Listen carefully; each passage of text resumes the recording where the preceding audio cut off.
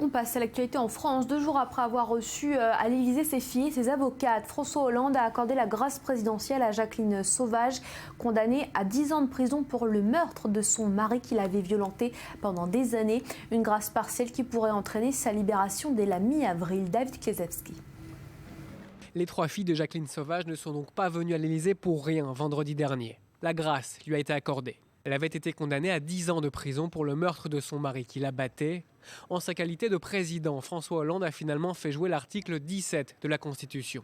Une disposition rarement appliquée, mais les circonstances particulières ont été mises en avant. Dans un communiqué, le président de la République a évoqué une situation humaine exceptionnelle.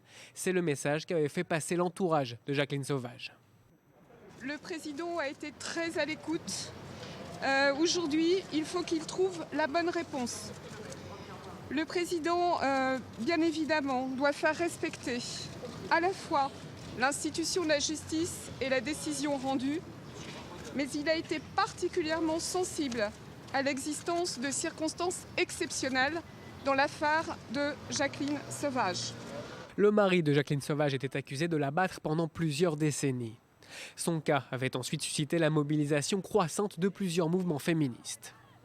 Le président nous a informé qu'il était bien conscient de la problématique sociétale de toutes ces femmes maltraitées et battues qui devraient être considérées différemment que des femmes différentes. Et en réalité, il se rend compte que les textes actuels qui sont applicables ne sont pas adaptés.